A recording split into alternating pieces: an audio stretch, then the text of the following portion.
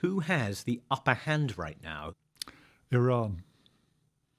I regret having come to this conclusion because, like many MI6 officers of my generation, we've faced the violence and brutality of the IRGC for most of our careers. That's the Islamic Revolutionary Guards Corps. Yeah. So there is no love lost between us. And I shed no tears for Ali Khamenei, who was killed at the beginning of this war. But the reality is the US underestimated the task. And I think, as of about 2 weeks ago, lost the initiative to Iran. In practice, the Iranian regime has been more resilient than I think anyone would have expected. They took some good decisions, actually, as early as last June, about dispersing their military capability and delegating the authority for the use of those weapons, which has given them significant extra resilience against this incredibly powerful air campaign. They have embarked on what's technically called horizontal escalation, i.e. firing rockets at anybody within range,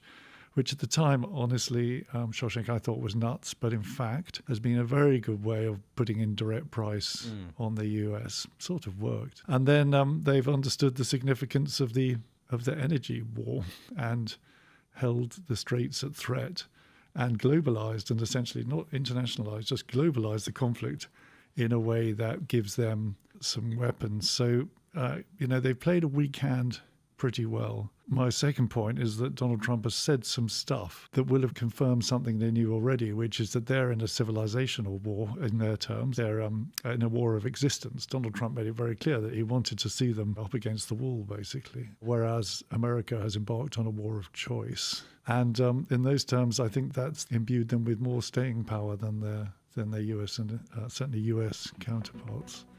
And they know that now. And I think that really is giving them the whip hand.